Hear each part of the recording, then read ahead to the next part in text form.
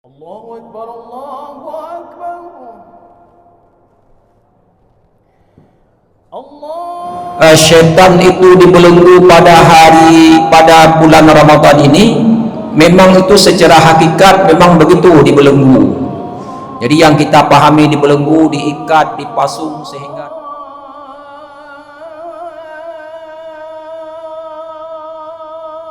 Assalamualaikum warahmatullahi wabarakatuh. Alhamdulillahirabbil alamin. Wassalatu wassalamu ala asyrafil anbiya'i wal mursalin wa ala alihi wa ashabi ajma'in, amma ba'd. Jamaah salat maghrib yang dimuliakan Allah Subhanahu wa taala,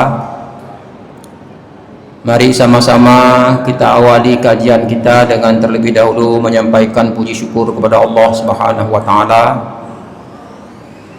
Salawat beserta salam kita kirimkan ke haribaan Nabi besar Muhammad sallallahu alaihi wasallam, juga para sahabat yang telah berjuang bersama beliau, ulama-ulama tabi'in yang telah melanjutkan perjuangan baginda Rasulullah sallallahu alaihi wasallam hingga akhir zaman. Jemaah yang dimuliakan Allah Subhanahu wa taala serta pendengar radio dimanapun berada yang dimuliakan Allah, cuma tinggal menghitung beberapa hari lagi kita akan menyambut datangnya bulan suci Ramadan, bulan yang senantiasa kita tunggu-tunggu, kita nanti-nantikan, karena ada kemuliaan, karena ada keagungan yang sangat luar biasa dibandingkan dengan 11 bulan lainnya. Kita sudah sangat sering mendoakan kepada Allah Subhanahu wa taala, Allahumma barik lana, ya Allah berikan keberkatan kami fi Rajab wa Sya'ban. Rajab sudah kita lalui dan Sya'ban tinggal beberapa hari lagi. Kita doakan semoga keberkatan itu seperti yang dibacakan oleh baginda Rasulullah, didoakan supaya ada keberkatan pada bulan yang sedang kita lalui ini. Kemudian selebihnya juga kita memohon berulang kali semoga kita disampaikan usia kita hingga bulan Ramadan. Jemaah yang dimuliakan Allah Subhanahu wa taala, perlu kita ulang-ulang doa ini sehingga yang kita nanti-nantikan ini mudah-mudahan diperkenankan Allah. Kita sudah sangat rindu dengan kehadiran bulan Ramadan, bulan di mana kita bisa meningkatkan amal ibadah kita. Dengan meningkatkan amal ibadah juga akan ditingkatkan pahala yang akan kita terima nanti pada hari akhirat, dengan catatan apabila kita bisa melaksanakan amal ibadah puasa sesuai dengan yang digariskan oleh baginda Rasulullah sallallahu alaihi wasallam. Hadirin hadirat jamaah salat maghrib serta pendengar radio dimanapun berada yang dimuliakan Allah Subhanahu wa taala, satu hal yang sering muncul di benak umat Islam menyambut bulan suci Ramadan adalah pertanyaan seputar hadis yang diriwayatkan oleh Imam Muslim. Ada sebuah hadis yang berbunyi bahwasanya baginda Rasulullah sallallahu alaihi wasallam bersabda, "Idza jaa Ramadhanu futtihat abwabul jannah wa ghulliqat abwabun nar." Apabila bulan Ramadan tiba, kata baginda Rasulullah, maka pintu syurga dibuka dan pintu neraka ditutup, wa suffidatis syayatin, setelah pintu syurga dibuka dan pintu neraka ditutup, lalu setan-setan itu dibelenggu, dipasung. Demikian salah satu hadis yang diriwayatkan oleh Imam Muslim. Lalu yang menjadi pertanyaan di sini, seperti pernah diajukan kepada satu lembaga fatwa di Timur Tengah di Mesir. Pertanyaannya berbunyi, arju min fadilatikum bayana ma'ni tasfidis syayatin fi qawli Rasulullah sallallahu alaihi wasallam. Jadi seseorang bertanya kepada satu lembaga fatwa Darul Ifta di Mesir.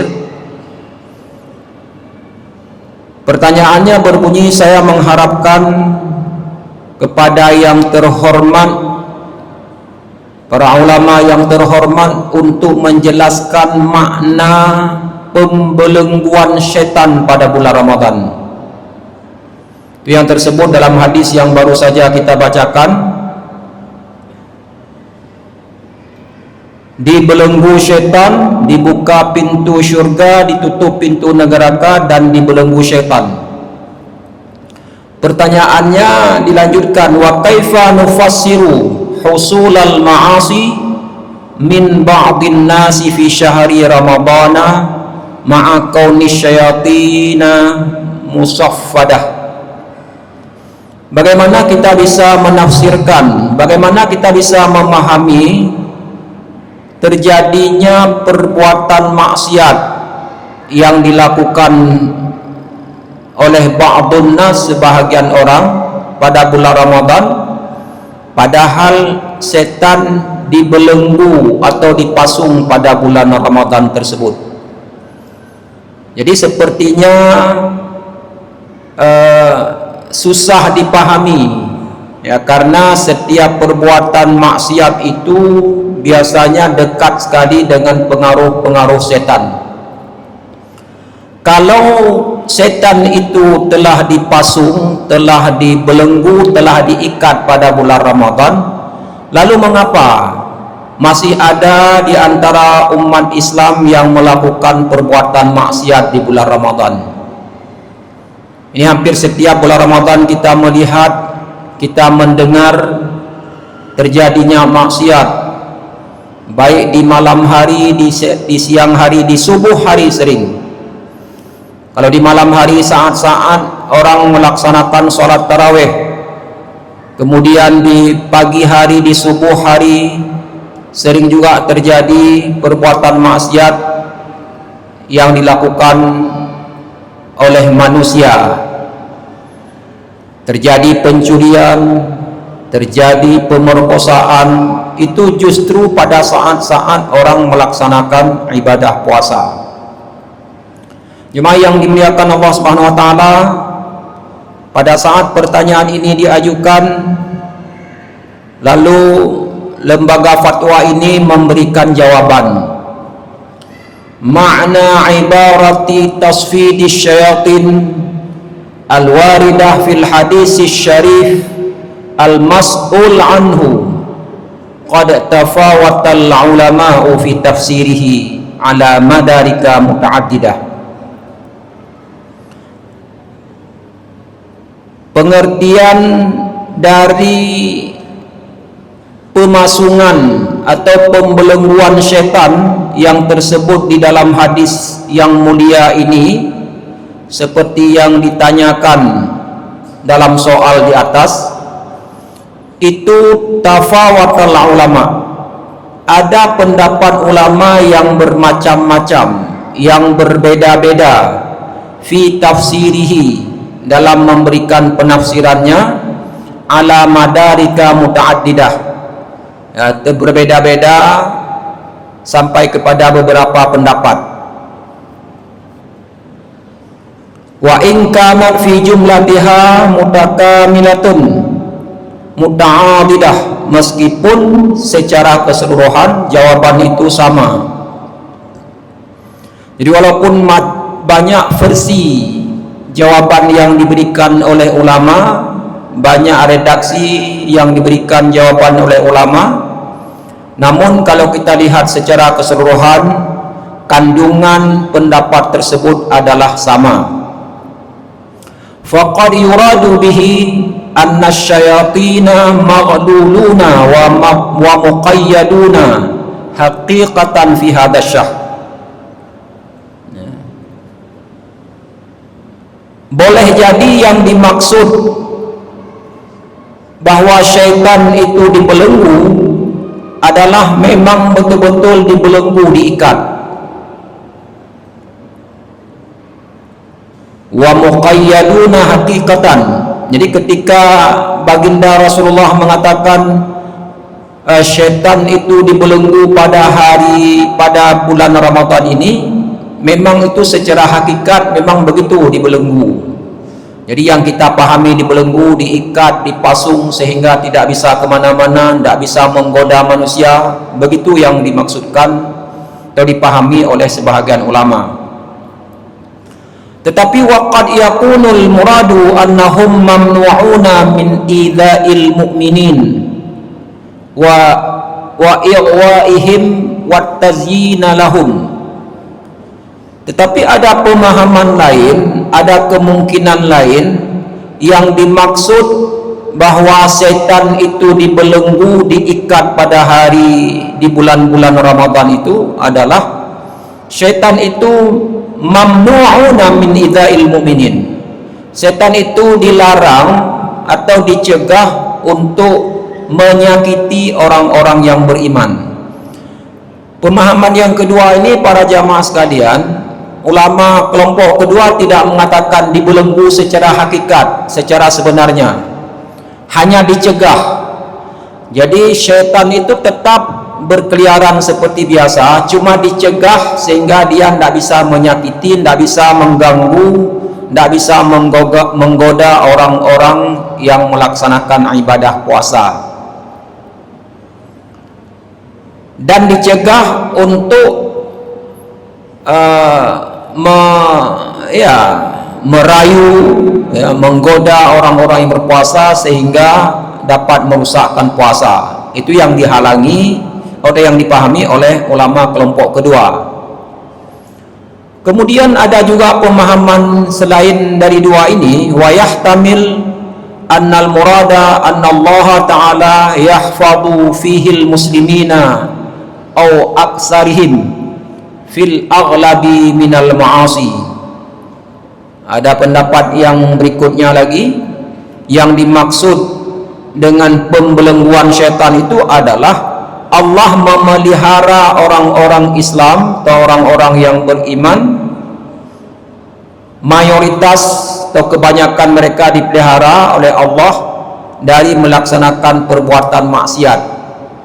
Ini kalau kita mengikuti pendapat ini, memang kalau dibandingkan perbuatan maksiat yang dilakukan oleh umat manusia di bulan Ramadan dengan bulan-bulan lain, memang agak kadarnya berbeda. Jadi pendapat ketiga ini juga mengartikan dipasungnya syaitan, diikatnya syaitan, dibelenggunya syaitan itu artinya Allah memelihara orang-orang yang beriman, orang-orang Islam untuk melakukan perbuatan maksiat. Kebanyakan orang dipelihara. Apa yang perlu dipahami di sini para jamaah sekalian, bahwa ketika dikatakan setan itu dipasung, setan itu dibelenggu, bukan berarti orang tidak akan melakukan perbuatan maksiat. Cuma sebahagian besar orang yang dipelihara oleh Allah untuk tidak melakukan perbuatan maksiat. Ini salah satu pendapat ulama. Au yuqsadu bihi naw'an makhsusun minasyayatin. Atau ada pemahaman lainnya, ini banyak sekali pemahaman ulama untuk menterjemahkan, untuk memahami hadis ini. Pemahaman yang ini adalah yang dimaksud bahwa setan dibelenggu pada bulan Ramadan itu adalah itu nau'un makhsusun minasyayatin, artinya ada jenis tertentu dari setan. Jadi setan itu banyak jenisnya. Ada setan maradah. Kalau setan maradah itu setan pembangkang yang luar biasa kepada Allah, setan yang sangat besar gangguannya kepada manusia, ya. Jadi yang dibelenggu cuma yang bos-bosnya setan saja. Nau'un makhsusun minasyayatin wa hum mustariqus sam'a minhum. Jadi ada kelompok setan itu kelompok setan yang mencuri pendengaran rahasia langit, dan itu pun terjadi di malam hari. Dalam Al-Quran disebutkan bahwa ada kelompok setan itu yang mencuri mengintip-ngintip rahasia dari langit. Itu yang dimaksud oleh para ulama di sini adalah bahwa yang dibelenggu setan itu cuma setan yang menunggu-nunggu, yang mengintip-ngintip berita dari langit itu, dan itu terjadi di malam hari. Makanya ketika ada orang yang berpuasa melakukan perbuatan maksiat, kalaupun itu berasal dari setan, itu di siang hari, tidak di malam hari. Ini menurut pendapat kelompok ulama ini. Au mansufiduhum ghalibus syayatin wal maradatu minhum. Atau pendapat berikutnya lagi yang selainnya, yang dibelenggu itu adalah kebanyakan setan. Tadi ada yang mengatakan setan bos-bosnya setan saja, dan ada juga penafsiran yang dibelenggu itu adalah ghalibu syayatin, ya, mayoritas dari setan itu dibelenggu, wal maradatu minhum, dan setan pembangkang yang sangat keras bangkangannya itu termasuk dalam kelompok ini. Jemaah yang dimuliakan Allah Subhanahu wa taala, wa amma ghairuhum fa ghairu musaffat. Sedangkan setan selain yang disebutkan di atas tadi itu dia tetap berkeliaran di kalangan manusia pada bulan suci Ramadan ini. Jadi secara keseluruhan, walaupun ada beda-beda pandangan di kalangan ulama bahwa setan dibelenggu pada bulan Ramadan itu, pada dasarnya sebenarnya sama. Jadi yang dibelenggu itu tidak semua setan. Yang dibelenggu itu hanya setan-setan yang pembangkangannya sangat keras kepada Allah Subhanahu wa taala. Atau yang dibelenggu itu adalah orang-orang Islam yang dalam menjalankan puasa betul-betul menjaga adab dan tata cara puasa yang baik. Mereka menjaga adab berpuasa, mereka melaksanakan ibadah puasa sesuai tuntunan Rasulullah. Jadi yang dibelenggu setan itu terhadap orang-orang seperti itu. Sedangkan orang-orang yang melaksanakan puasa tidak peduli, ya, tidak peduli apakah dia memenuhi rukun dan syarat puasa, dan dia tidak memenuhi apakah dia menjaga adab dan tata krama berpuasa. Nah, orang-orang seperti ini itu tidak dibelenggu, tidak dihalangi datangnya setan kepada mereka. Ini juga termasuk salah satu pemahaman yang diberikan oleh para ulama. Kesimpulan sampai di sini para jamaah sekalian, supaya benar-benar terbelenggu setan pada bulan Ramadan ini bagi kita, agar diserukan oleh para ulama agar kita dalam melaksanakan ibadah puasa ini mengikuti tuntunan baginda Rasulullah sallallahu alaihi wasallam. Pada saat berpuasa kita menjaga anggota badan kita dengan baik, menjaga telinga tidak suka mendengar perkataan-perkataan yang keji, tidak suka mendengar orang bertengkar, orang caci maki, Mata juga tidak suka melihat perbuatan-perbuatan maksiat, meskipun maksiat itu kecil. Walaupun pada bulan-bulan selain Ramadan kita dilarang untuk melakukan atau melihat hal-hal yang terlarang, maka pada bulan puasa lebih-lebih lagi untuk menjaga agar puasa kita diterima Allah, dan untuk menjaga agar setan tidak mengganggu kita, agar terbelenggu setan itu dari kita. Jadi kalau kita baca penjelasan yang diberikan oleh ulama ini, para jamaah sekalian, tidak berarti bahwa dibelenggunya setan itu dalam pemahaman satu-satunya pemahaman betul-betul dibelenggu setan tidak bisa kemana-mana.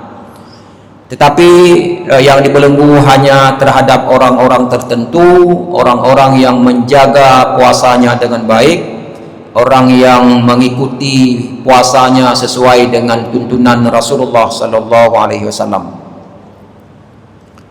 Wa amma husulul ma'asi min ba'dhin nasi fi syahri ramadana ma'a kauni syayatina musaffadah.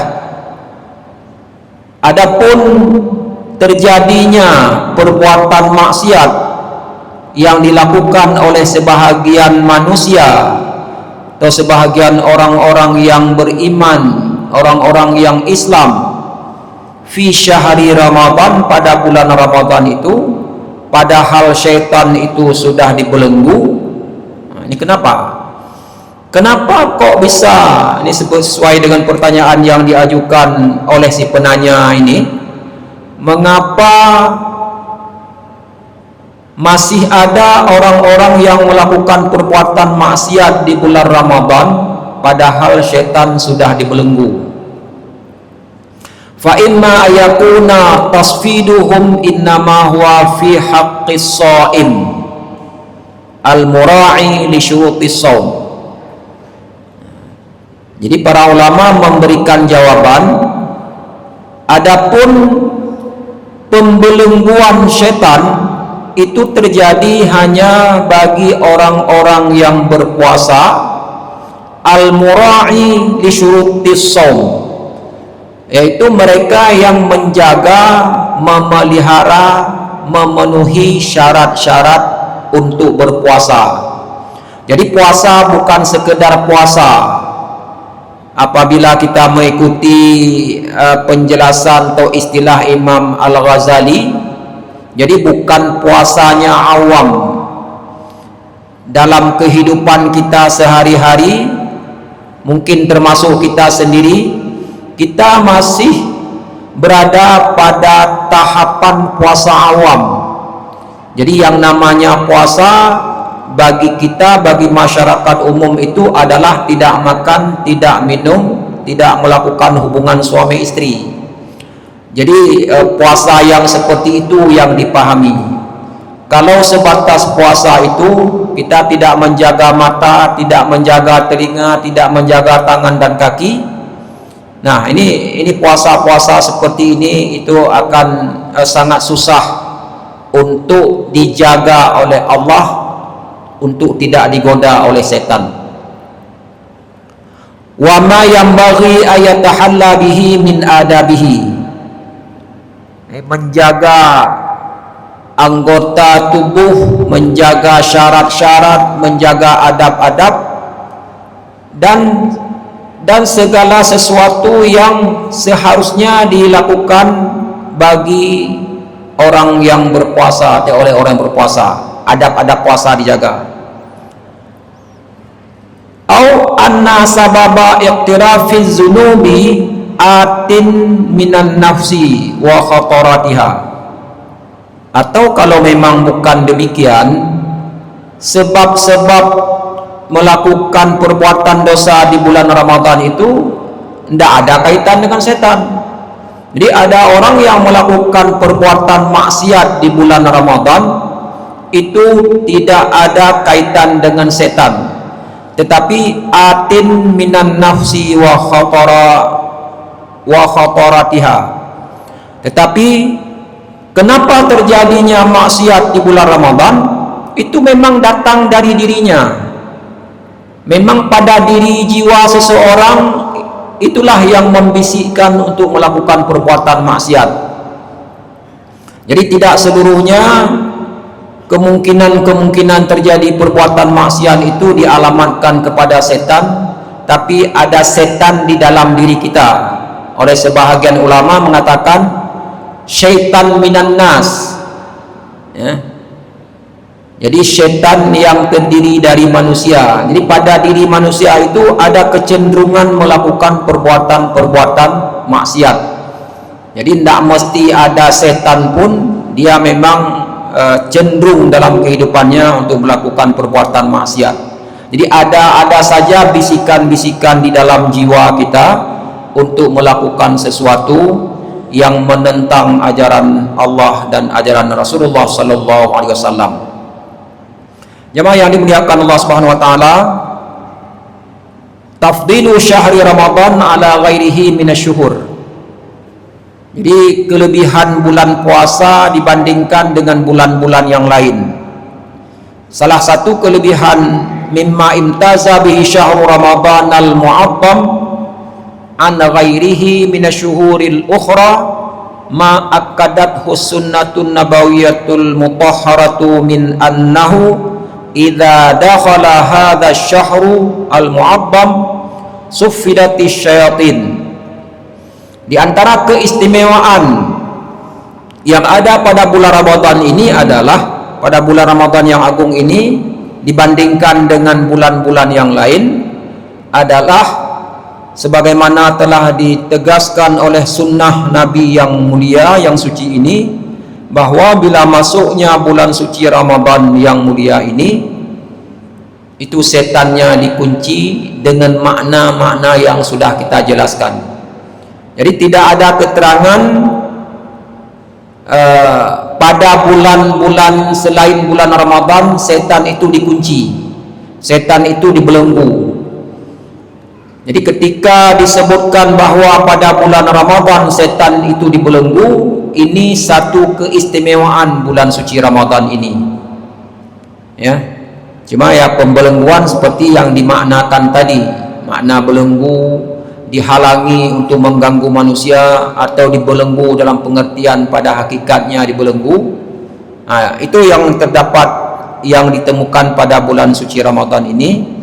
Sehingga di satu sisi, kalau pada bulan-bulan yang lain banyak sekali gangguan atau godaan untuk melakukan amal ibadah kebaikan, maka pada bulan puasa dengan dibelenggunya setan, dengan dihambatnya setan untuk dapat menggoda manusia, itu akan lebih mudah melaksanakan amal ibadah di bulan suci Ramadan ini. Di antara keterangannya itulah hadis yang kita bacakan tadi, yaitu bila datang bulan Ramadan, pintu syurga dibuka, pintu neraka ditutup, dan dibelenggunya syaitan. Ini hadis yang pertama kita bacakan tadi.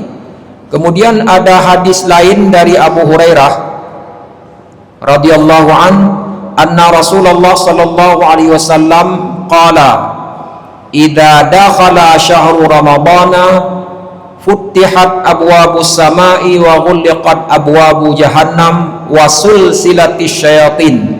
Ini berbeda redaksi dengan hadis yang di atas, yang pada intinya sama, yaitu bila masuk bulan suci Ramadan maka pintu langit ditutup. Kalau pada hadis pertama tadi pintu neraka ditutup, maaf ya. Kalau pada hadis kedua ini, bila masuk bulan Ramadan maka dibuka pintu langit.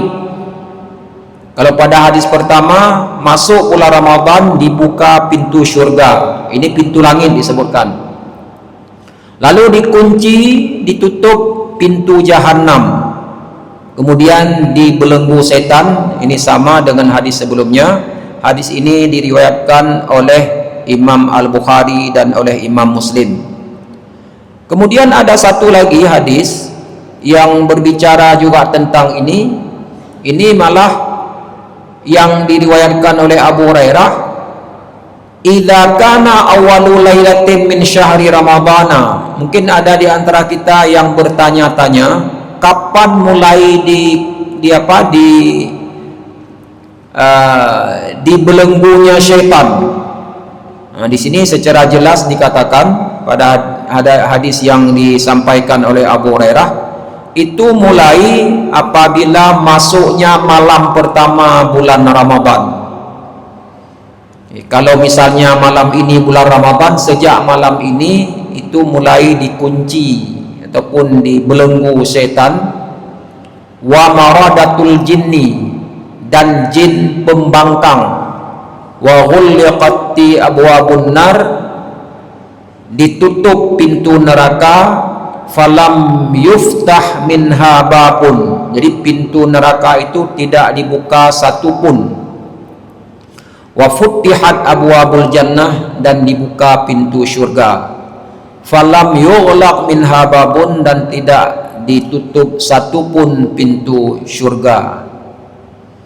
Wa yunadi munadin, lalu ada seseorang yang menyerukan, memanggil,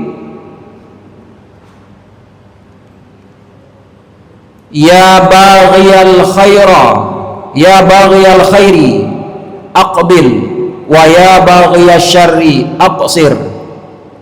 Wahai pencari kebaikan, datanglah ke sini untuk melakukan kebaikan di bulan Ramadan. Wa ya baghiyal syarri, wahai orang-orang yang mencari kejahatan, aqsir, berhentilah untuk tidak melakukan maksiat di bulan Ramadan ini. Jadi para jamaah sekalian, kalau masih ada orang-orang yang melakukan maksiat, ini tidak memenuhi ajakan yang diserukan ini. Pada bulan Ramadan kita disuruh melakukan kebaikan, mengejar kebaikan di bulan ini, dan orang-orang yang selama ini melakukan maksiat, paling tidak maka bulan ini seharusnya berhenti dari melakukan perbuatan maksiat tersebut. Wadzalika kulla lailatin, jadi mengikuti hadis ini, setiap malam di bulan Ramadan kita diserukan oleh penyeru untuk berlomba-lomba melakukan kebaikan, dan kita juga diseru untuk meninggalkan perbuatan maksiat kepada Allah Subhanahu wa taala. Sehingga dengan demikian, maka kalau kita pikir-pikir para jamaah sekalian bahwa bulan puasa ini memang bulan yang sangat berpeluang bagi kita untuk melakukan kebaikan. Kebaikan yang selama ini kita lakukan, maka di bulan puasa hendaklah kita tingkatkan. Dan kejahatan yang selama ini kita lakukan, paling tidak maka di bulan puasa itu sebaiknya ditinggalkan. Walaupun sebenarnya ditinggalkan untuk selamanya, tapi paling tidak orang yang belum mampu meninggalkan, paling tidak di bulan puasa janganlah melakukan kejahatan-kejahatan yang dapat merusak, mengganggu diri kita sendiri dan mengganggu orang lain. Jemaah yang dimuliakan Allah Subhanahu wa taala, mungkin ini yang kita sampaikan pada malam hari ini, yang pada intinya adalah makna dibelenggunya syaitan itu tidak berarti dibelenggu dalam pengertian secara hakiki diikat, tetapi makna dibelenggu syaitan itu ada bermacam-macam makna. Ada dibelenggu secara hakikat, ada dibelenggu dengan cara dipelihara orang-orang yang berpuasa saja, yang puasanya benar untuk tidak digoda oleh setan. Dan ada pula makna dibelenggu itu adalah dicegah oleh Allah sebahagian besar orang-orang yang berpuasa. Ada juga makna dibelenggu setan adalah yang dibelenggu itu hanya setan pembangkang, sedangkan yang lainnya tidak. Sehingga sebagian ulama mengatakan, meskipun setan itu dibelenggu, yang dibelenggu adalah tangan dan kakinya, tetapi mulutnya masih tetap berbicara. Sehingga meskipun setan itu dibelenggu, dia bisa saja memberikan bisikan-bisikan jahat kepada manusia, sehingga bisikan-bisikan jahat tersebut masuk ke relung-relung hati kita, dan itu mendorong kita untuk melakukan perbuatan maksiat selain yang ada pada diri manusia sendiri untuk melakukan perbuatan maksiat. Mungkin ini saja yang bisa kita sampaikan pada malam hari ini. Lebih dan kurang saya mohon maaf. Wabillahi taufik wal hidayah. Assalamualaikum warahmatullahi wabarakatuh. Bismillahirrahmanirrahim. Laqad ja'akum rasulun min anfusikum azizun 'alayhi ma 'anittum harisun 'alaykum bil mu'minina